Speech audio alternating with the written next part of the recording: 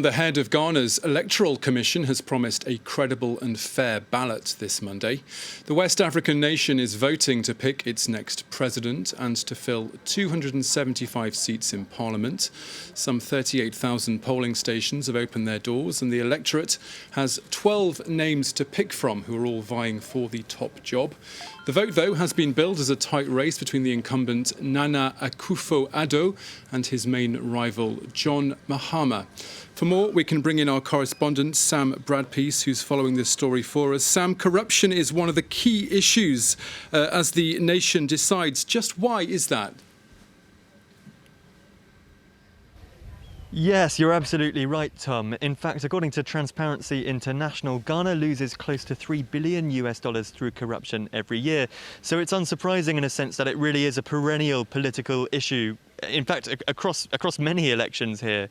Back in 2016, the current challenger, the main challenger to power, John Mahama, lost the election. He lost his presidency, mainly because his mandate, his presidency was seen as very corrupt. There were a number of scandals and a number of allegations against him, and that really hurt him at the polls last time around. This time around, he's trying to paint the incumbent president, Nana Akufo-Addo, in the exact same light. In fact, just last month, the special prosecutor appointed by Nana Akufo-Addo, who was charged with really tackling this country's corruption problem, which, as I said, is a massive issue, resigned, citing political interference in his work. He said that during his term in office, he was unable to really make any progress in fighting the country's corruption problem.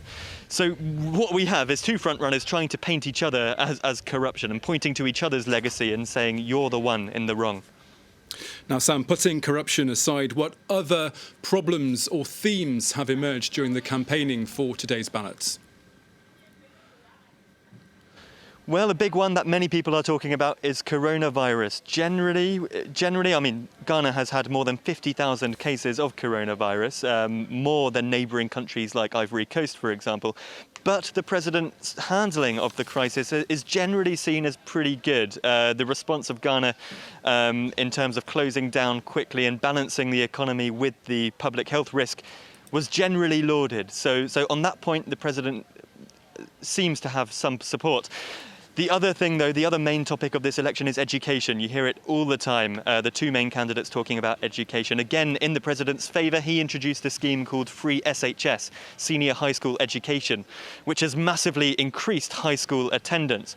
But the opposition have said that the policy doesn't go far enough and that they would like to extend free education to the tertiary sector, by which I mean universities and post-secondary school training programs.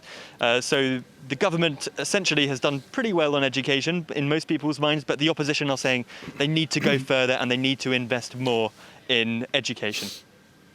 Sam Bradpiece, our reporter there covering those elections in Ghana. Thank you very much.